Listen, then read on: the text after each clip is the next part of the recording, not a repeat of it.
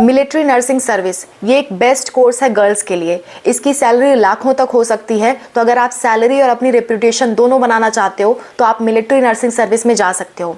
इस कोर्स के लिए क्या एलिजिबिलिटी होनी चाहिए, कौन सा एग्ज़ाम देना पड़ेगा, एग्ज़ाम के फॉर्म कब आएंगे, एग्ज़ाम की डेट क्या होगी, एग्ज़ाम के लिए क्या क्या पढ़ना पड़ेगा आपको, सिलेबस क्या रहने वाला है और बाकी सारी जानकारी जो भी MNS से रिलेटेड है वो आज के वीडियो में मैं आपको प्रोवाइड करूँगी। So let's start.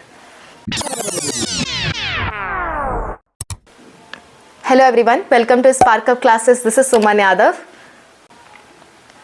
MNS मतलब होता है military nursing service. Military nursing service की एक खास बात है कि ये सिर्फ लड़कियां ही कर सकती हैं और इससे मिलिट्री में आप नर्सिंग का जॉब कर सकते हो। जैसे कि आर्मी में आप नर्स का जॉब कर सकते हो, आप नर्स बन सकते हो आर्मी में और आर्म्ड फोर्सेस में। तो ये इस जॉब के लिए आपको एक चीज़ ध्यान रखनी है कि आपको अलग अलग एरिया में जाना पड़ सकता है। जैसे किसी आर्मी के पर्सन का ट्रांसफ़र होता है, वैसे मिलिट्री की नर्स का भी ट्रांसफ़र अलग अलग जगह पे हो सकता है। तो इसके लिए आपको रेडी रहना है। इसकी सैलरी की अगर मैं बात करूं तो इसकी सैलरी 56,000 से स्टार्ट होती है और 56,000 से लेकर के 1,77,000 तक बढ़ती है ये। तो एक तरह से डॉक्टर जितनी आपकी सैलरी हो सकती है अगर आप MNS में एडमिशन पा जाते हो। तो कैसे एडमिशन होता है बताती हूँ। सबसे पहली बात, आपको एक एग्ज़ाम देना पड़ेगा नीट के बारे में आप सब जानते हो। नहीं जानते हो तो ये वाली वीडियो देख सकते हो। इस वीडियो में मैंने नीट के बारे में पूरी इन्फॉर्मेशन दी है और नीट का फॉर्म आउट हो चुका है। फॉर्म की डेट रिलीज़ हो गई है और फॉर्म की लास्ट डेट है 9 मार्च। 9 मार्च तक आप लोग फॉर्म भर सकते हो, ठीक है। और फॉर्म भरने में ना आपको कुछ डॉक्यूमेंट्स की ज़रूरत पड़ेगी। उस डॉक्यूमेंट के बारे में मैंने इस वाली वीडियो में बताया है। दोनों वीडियो का लिंक आपको डिस्क्रिप्शन में और वीडियो के लास्ट में भी मिल जाएगा। तो पहले वीडियो को ध्यान से देख लो, समझ लो, उसके बाद उन दोनों वीडियो को भी आप देख लेना, ओके। तो जो मिलिट्री नर्सिंग सर्विस है इसमें एडमिशन तो नीट के थ्रू मिलेगा, इतनी बात साफ हो गई। और नीट का सिलेबस आप जानते हो, physics, chemistry, biology 11th plus 12th के क्वेश्चंस आते हैं, ठीक है। कई वीडियो में लोग आपको बताएंगे कि इसका अलग से एग्जाम होता है, लेकिन मैं आपको क्लियर कर दूं, ये एग्जाम पहले होता था, अब नहीं होता है। प्रेजेंट टाइम में नीट के थ्रू ही आपको एडमिशन मिलेगा MNS में। आप 2024 की गाइडलाइंस देखोगे तो नीट के थ्रू ही एडमिशन मिलेगा, बाकी किसी के थ्रू नहीं मिलेगा। तो आप दूसरे एग्जाम के चक्कर में मत रहना। हमेशा लेटेस्ट वीडियो आप लोग देखा करो, क्योंकि हर बार कुछ ना कुछ चेंजेस आते रहते हैं। हमेशा लेटेस्ट वीडियो देखा करो। तो जो नीट का एग्ज़ाम है उसके थ्रू आपका एडमिशन होगा। नीट एग्ज़ाम देने के बाद उसका रिजल्ट आएगा। रिजल्ट के बाद काउंसलिंग शुरू होगी। इसकी काउंसलिंग थोड़ी अलग से होती है। काउंसलिंग के टाइम जब शुरू होगी वो, तो मैं आपको कांटेक्ट करूँगी, आप मुझे कांटेक्ट कर लेना, मैं आपको बता दूंगी उसके बारे में डिटेल में। अभी फ़िलहाल देख लेते हैं एग्ज़ाम कैसे होना है, एलिजिबिलिटी क्या होती है। नीट के एग्ज़ाम की डेट है 5 मई को आपका एग्ज़ाम होगा और फॉर्म आउट है, अभी से फॉर्म आप भर देना। एलिजिबिलिटी बता देती हूँ।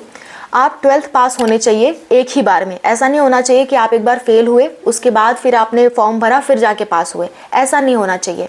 1 टाइम पास होना चाहिए आपके 10th एंड 12th में। आप सप्लीमेंट्री या कंपार्टमेंट एग्जाम वाले स्टूडेंट हो तो आप इसे नहीं दे सकते। दूसरी बात, आप एक लड़की होना चाहिए, फीमेल होना चाहिए और अनमैरिड होना चाहिए। मतलब शादीशुदा लड़कियां नहीं अप्लाई कर सकती और लड़के नहीं अप्लाई कर सकते इसमें, क्लियर। तीसरी बात ये, आपकी एज 16 to 24 ईयर्स तक होनी चाहिए। इससे अगर ज़्यादा या कम है तो आप अप्लाई नहीं कर सकते। 16 से 24 साल के बीच आप होने चाहिए, ओके। प्लस 12th में आपका physics, chemistry, biology and English होना भी ज़रूरी है। ज़रूरी नहीं कि आप एग्ज़ाम इंग्लिश में दो, लेकिन आपका जो 12th में है ना वो सब्जेक्ट इंग्लिश होना ज़रूरी है। अगर सब्जेक्ट क्लास 12th में इंग्लिश नहीं है तो आप एलिजिबल नहीं हो। सेकेंड, एक बहुत मेजर इशू है कि आपकी हाइट भी यहाँ देखी जाती है, क्योंकि ये आर्मी वाली चीज़ें हैं। मिलिट्री वाली चीज़ों में आपकी हाइट, आपके मेडिकल, ये सारी चीज़ें होती हैं। तो इसमें आपकी हाइट देखी जाएगी। हाइट 148 सेंटीमीटर से कम नहीं होनी चाहिए। अगर 148 सेंटीमीटर से कम है तो आप एलिजिबल नहीं हो। दूसरी बात, अगर आप हिली एरिया से हो, जैसे कि नॉर्थ ईस्ट से हो, नॉर्थ ईस्ट हिली एरिया है, पहाड़ी इलाका है, पहाड़ी इलाकों में लोगों की हाइट ऑलरेडी कम होती है, तो उनको 5 सेंटीमीटर की रिलैक्सेशन दी गई है। यानी कि 148 ना हो करके आपका 143 भी है, तब भी आप अप्लाई कर सकते हो, ठीक है। सिर्फ तभी जब आप हिली एरिया के हो, अदरवाइज 148 होना ज़रूरी है, ठीक है। अब बात कर लेते हैं सिलेक्शन कैसे होता है। सिलेक्शन होने के लिए आपको नीट एग्ज़ाम देना है, ये तो मैं बता ही चुकी हूँ। नीट एग्ज़ाम के बाद आप क्वालिफाई कर लेते हो, कट ऑफ मार्क्स भी सिक्योर कर लेते हो, उसके बाद भी आपको क्या करना होगा, इंटरव्यू के लिए बुलाया जाएगा। MNS में काउंसलिंग अलग से होती है, उसमें आपको इंटरव्यू के लिए बुलाया जाएगा। इंटरव्यू में अगेन आपसे फिजिक्स, केमिस्ट्री, बायोलॉजी एंड आपके इंग्लिश से रिलेटेड क्वेश्चन पूछे जा सकते हैं, प्लस जनरल टेस्ट से भी क्वेश्चन पूछे जा सकते हैं, कि रिसेंट में आर्मी वगैरह से रिलेटेड क्वेश्चंस की आर्मी की फला डेट कब है, आर्मी का ये वाले का राइजिंग डे कब है, ठीक है, ये सब चीज़ों से रिलेटेड आपसे डेट्स पूछी जाएंगी।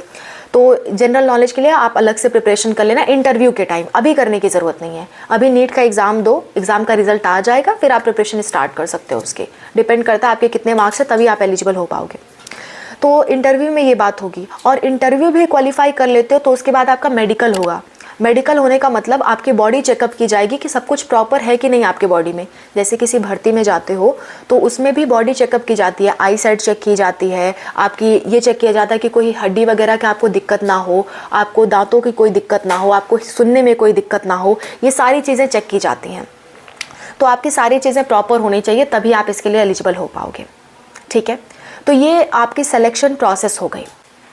एंड लास्ट ये बात कर लेते हैं कि जॉब कैसी होगी और जॉब में कितनी सैलरी कब तक मिलेगी। आप जैसे ही नीट के थ्रू उसमें एडमिशन लेने के लिए एलिजिबल हो जाओगे, इंटरव्यू भी पास कर लिया, मेडिकल एग्ज़ाम भी पास कर लिया, सब कुछ कर लिया और आप एडमिशन ले चुके, AFMC में MNS में एडमिशन आपने ले लिया। AFMC इसका कोर्स करवाती है, armed force medical college, Pune में है ये, और इसके कई सारे ब्रांचेस भी हैं जो आपको ये कोर्स करवाते हैं। तो अगर आपको एडमिशन मिल गया तो 4 साल तक तो आपको पढ़ाई करनी होगी BSc नर्सिंग की। उसके बाद क्या होगा, आपकी डायरेक्ट जॉब लग सकती है, डायरेक्ट आपकी रिक्रूटमेंट हो सकती है आर्मी में। आर्मी में एज अ नर्स आपकी रिक्रूटमेंट हो जाएगी, बस आप उन 4 सालों में पास होने चाहिए, ठीक है, वो लोग हो ही जाते हैं। तो 4 साल आपकी कोर्स होगी, उसके बाद आपकी आर्मी में रिक्रूटमेंट हो जाएगी।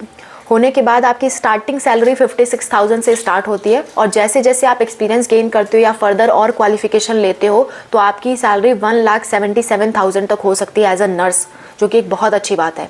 आप एम्स के भी नर्स बनते हो ना तो लाख रुपए से ज़्यादा आपकी सैलरी नहीं होती, लेकिन अगर आप MNS के थ्रू अगर आप नर्स बन रहे हो तो आपकी सैलरी 1,77,000 तक हो सकती है, जो कि एक डॉक्टर के बराबर की सैलरी है।